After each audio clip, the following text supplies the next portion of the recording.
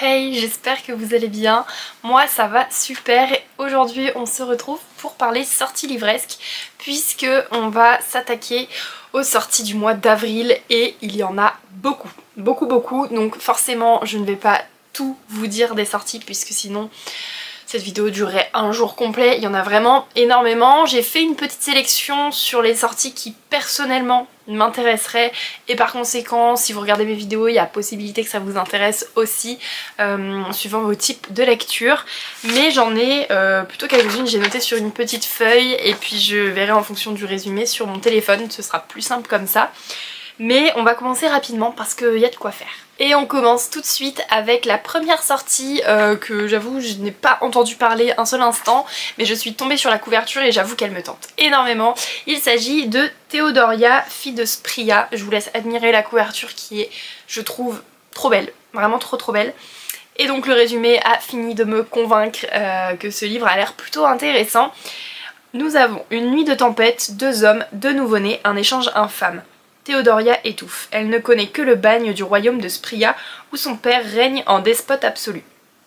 Aussi, à presque 17 ans, elle rêve de découvrir le monde qui s'étend au-delà de la mer des sables ondulants. Sa vie bascule lorsqu'au décès de son père, elle découvre un terrible secret. Le prince Orient est un imposteur et elle seule est la véritable héritière du trône de Spria.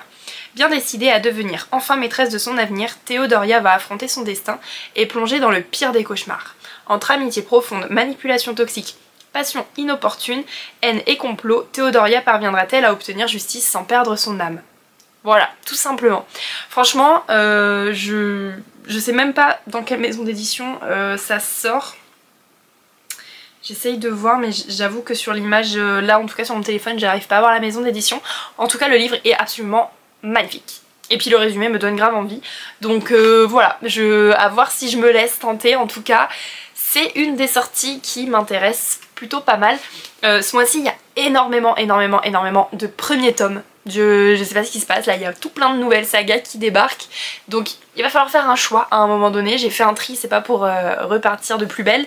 Mais voilà, celui-ci j'avoue, il me semble plutôt pas mal. C'est pas précisé si c'est un tome 1 ou si c'est un one shot. Pour le coup je ne saurais vous dire. N'hésitez pas si jamais vous avez l'info en commentaire à nous la dire. Je ne sais pas si je l'ai précisé, du coup Theodoria, fille de Spria sort le 2 avril. Et ensuite nous enchaînons avec le 3 avril. Il y a la sortie du tome 3 des frères Reynolds. Donc c'est le tome 3 de cette saga. Là c'est le tome 1, je ne l'ai toujours pas lu donc je ne vais pas acheter le tome 3 dans l'immédiat. Mais du coup, je suppose que je vais apprécier et donc continuer cette saga. Et donc voilà, je vais avoir la suite de la saga qui sort du coup le 3 avril. Si je dis pas de bêtises du coup, enfin avec le titre de la saga, chaque tome est sur un frère différent. Donc du coup je pense pas que ce soit une histoire qui se suive. Je pense qu'il y a moyen de lire le tome 2 ou 3 sans avoir lu le 1, enfin... Je pense, après peut-être qu'on loupe des infos, il y a peut-être des petits détails qui vont être précisés dans les tomes précédents, enfin voilà, je sais pas trop. Mais en tout cas, moi j'aime pas lire des tomes en plein milieu d'une saga, même s'ils suivent pas tellement, j'aime bien faire 1, 2, 3, enfin jusqu'au bout. Donc voilà. J'ai très hâte de découvrir celui-ci, voir si oui ou non j'enchaîne avec le reste de la saga. Toujours sur la date du 3 avril, nous avons la sortie de Spirale qui est le tome 2 de Choc sur la glace. Le premier tome, si je dis pas de bêtises, il s'appelait Collision, je crois. Et c'est un livre que je n'ai pas encore lu mais qui me tente vraiment beaucoup. J'ai vu de très bons avis dessus et rien que la couverture, enfin bref. J'avoue que j'aime bien, j'aime beaucoup, donc du coup...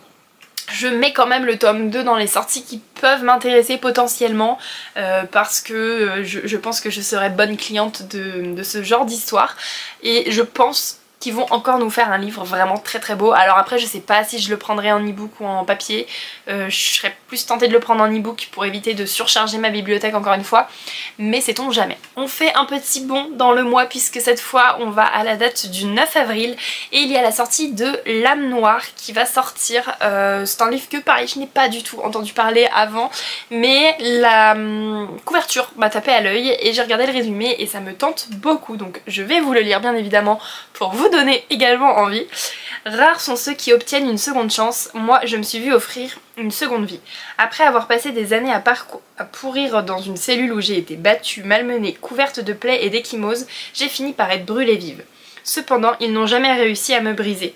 Lorsque, contre toute attente, je suis ramenée 10 ans en arrière avant ma détention, je pense avoir une nouvelle chance. Mais ce n'est que pour retrouver un enfer que je ne connais que trop bien, la Wensridge Academy. Je suppose que ça se dit comme ça. Un lieu qui n'évoque que pour moi que douleur et tourment. Sauf que cette fois-ci, je vais briser ce cycle de malheur et avec lui tous les responsables de mes souffrances et de ma mort.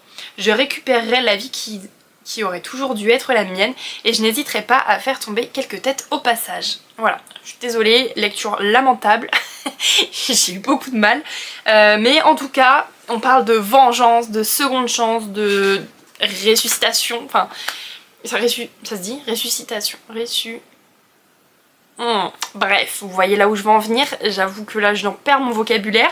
En tout cas, ce livre me tente vachement. Donc, celui-ci, il y a de grandes chances pour que je me le procure à un moment donné.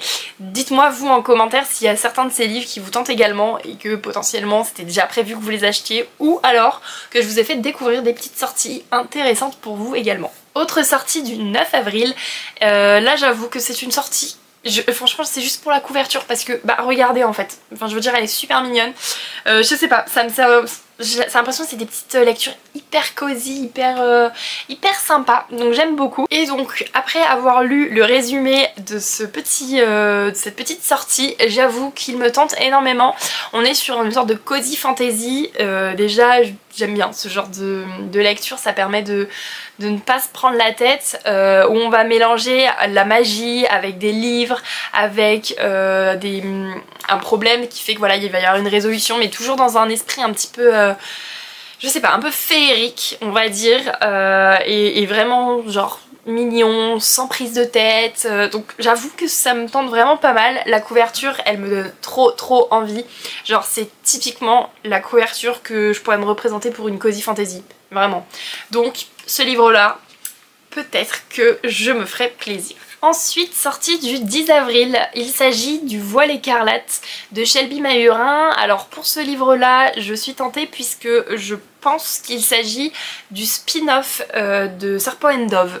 Voilà, donc Serpent and Dove, saga que j'ai adoré, vraiment j'ai eu déjà un gros coup de cœur sur le tome 1 et j'ai adoré les deux qui suivait, et là le résumé est encore en anglais, il n'a pas été traduit, mais je reconnais le prénom de Célie Tremblay et de Jean-Luc qu'on retrouve du coup dans Serpent and Dove, et j'avoue que vraiment il me tarde de découvrir leur histoire du coup à Célie, surtout parce que c'est une personnage que j'ai adoré, donc voilà, je pense que je me laisserai tenter. Je sais pas encore combien il va y avoir de tomes à ce spin-off, donc je sais pas encore si je l'achèterai en papier. Là je vois déjà qu'en anglais il y a déjà 2 tomes. J'essaie de regarder mais... Ouais, pour l'instant on est à 2 tomes en anglais. Mais bon, on connaît, on sait, hein, les fantaisies comme ça, romantasy, ça peut aller à beaucoup de tomes. Donc à voir si je me le procure en papier ou en e-book. Peut-être plus en e-book, mais voilà. En tout cas, pour ceux qui ont adoré la saga du coup de Serpent and Dove, sachez que on a le petit spin-off qui arrive très prochainement. Toujours sur la date du 10 avril, nous avons une sortie d'Alex Aster, sachant que cette petite Alex Aster nous fait 2 sorties ce mois-ci, mais il y en a une, j'avoue, qui m'intéresse un petit peu moins. Donc elle fait une romance, je crois que c'est un été à New York, ou quelque chose dans le genre, je sais plus exactement le titre. Personnellement, c'est pas forcément une sortie qui m'attire plus que ça. En revanche, il y a le tome 3 de Light Lark qui sort. Et là, pour le coup, ça m'intéresse beaucoup puisque j'ai déjà lu le tome 1. Le tome 2 va être lu très prochainement puisque vraiment j'ai très envie, il me tente à chaque fois et je décale un petit peu l'échéance à chaque fois. Mais j'avoue que maintenant il y a le tome 3 qui sort, ça va me booster.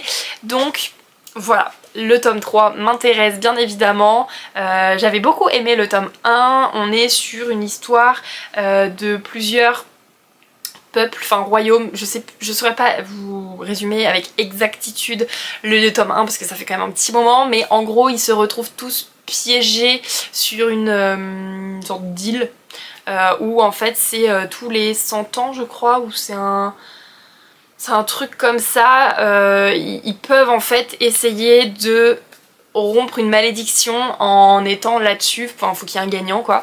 Donc bref, et on suit du coup une protagoniste qui va être envoyée là-bas, elle est très très mal vue, enfin bref, on suit toute cette histoire et j'avais adoré le tome 1, c'est pas une histoire facile à lire parce que du coup avec tous les peuples ou sortes de royaumes là, ils ont des noms qui sont assez similaires et des fois j'étais un petit peu perdue dans le nom des royaumes, j'étais en mode je croyais que t'étais gentil mais en fait t'es méchant, mais non en fait parce que je confonds avec l'autre, enfin bref vous avez compris l'idée. En tout cas j'avais quand même apprécié, il se passe tout plein de choses, c'est très complet. J'aime, j'ai apprécié, donc vraiment je pense que le tome 2 va être tout aussi bien. Je crois que au vu de quelques avis que j'ai pu voir, le début est quand même assez long. Il y a pas mal de longueur dans le tome 2, mais bon, à voir si le tome 3 relève la barre derrière ou pas. Nous passons ensuite à la date du 17 avril car il s'agit de la sortie de The Elite, le tome 2 de Laurea Springs, voilà. Le tome 1 je l'ai en e-book, je crois, comment il s'appelle déjà? J'ai un trou, je sais plus, c'est Félix Culpa je crois, ouais, quelque chose comme ça. Je vous mettrai la couverture du tome 1 et du coup du tome 2. Mais nous avons la suite qui va sortir et je le note parce que je sais d'avance que je vais apprécier le tome 1. Laurea Springs, j'aime beaucoup ce qu'elle écrit, j'aime beaucoup sa plume, donc il n'y a pas de raison particulière. Voilà, donc je suis très contente de savoir que le tome 2 sort. Il faut que je sorte le tome 1 de ma pile à lire, je pense que ce sera fait prochainement aussi. En même temps il faut que j'arrête de dire prochainement pour tous les livres, c'est impossible, moi je peux pas tout lire. Bref, vous l'avez compris, c'est un livre qui me tente beaucoup. En tout cas j'ai mis le tome 2 en me disant que le tome 1 allait être super. Le jour d'après, donc le 18 avril, nous avons la sortie du tome 1 de Villains of Lore, qui est du coup Blood of Hercules. Tout est dit dans le titre en fait, mythologie grecque, vous savez, voilà, je n'ai pas d'autres arguments finalement. Le résumé est vachement long donc je ne vais pas vous le lire. Là tout ce qu'on sait c'est qu'au départ on nous dit je ne suis qu'une fille et il s'avère que je suis Hercule, donc déjà on vient changer un petit peu la mythologie, mais je me suis pas arrêtée à ça parce que je me dis ça peut être une belle réécriture, enfin un bon truc revisité, et on a bien un peu tous les aspects de la mythologie. On parle bien des titans, des spartiates, on nous parle aussi de Achille, de Patro, enfin bref, il y a plein de personnages de la mythologie qu'on peut retrouver dans le résumé, donc je me dis qu'on a quand même de belles références à ça et qu'on n'emprunte pas juste le nom d'Hercule, ou voilà, auquel cas je n'aurais absolument pas apprécié. En tout cas j'avoue que celui-ci me tente beaucoup, la couverture est très sympa, donc peut-être que je me laisserai tenter, qui sait. Le 23 avril, nous avons la sortie tant attendue de pas mal de personnes je pense. Il s'agit du tome 2 de Lexstone. Voilà, clairement je fais partie de ces personnes qui attendaient. Alors pas forcément impatiemment puisque j'ai pu faire ma vie depuis quand même, mais j'avoue que j'avais beaucoup aimé le tome 1 et donc j'ai très hâte de retrouver Iris et Kai dans la suite de leurs aventures. Je vais pas lire le résumé pour pas spoiler le tome 1 si jamais certains d'entre vous étiez intéressé pour le découvrir. En tout cas il s'est passé de sacrés rebondissements à la fin du tome 1, je m'en souviens, c'est pour vous dire, donc vraiment j'ai très hâte de découvrir ce qui va se passer ensuite, là où l'autrice va vouloir nous mener, voir l'évolution de sa plume, parce que voilà, après chaque tome on voit quand même une petite évolution pour tout le monde et c'est normal, donc j'avoue que le tome 2 me tente beaucoup, sachant que lui je l'ai déjà en broché, je vais l'acheter en papier également, parce que bon, je me vois pas avoir un premier tome sous un format et le deuxième tome sous un autre, j'aime pas, j'aime pas du tout, donc celui-ci va être acheté très prochainement, c'est sûr et certain. Dernier livre qui m'intéresse sur le mois d'avril et il sort le 30 avril, donc dernier jour du mois. Il s'agit de Fallen Majesty qui est le tome 2 de Mad Majesty de Delinda Dane. C'est pareil, je n'ai pas lu le tome 1, je ne l'ai même pas en ma possession, mais c'est un livre qui m'intéresse vraiment beaucoup et au vu de tous les avis que j'ai pu voir passer, c'est sûr, je vais me le procurer, ça c'est sûr et certain, c'est juste que je ne sais pas encore si j'attends qu'il sorte en format poche ou est-ce que je le prends en brochet ou est-ce que je le prends en e-book, je n'en sais rien, je ne sais pas, j'ai pas pris ma décision encore mais j'avoue que je veux absolument lire cette saga. Donc j'ai noté la sortie du tome 2 parce que je pense que beaucoup d'entre vous ont potentiellement déjà lu le tome 1 et donc vous êtes intéressés par la sortie du prochain. Mais voilà, moi je vais acheter les deux d'un coup et puis basta.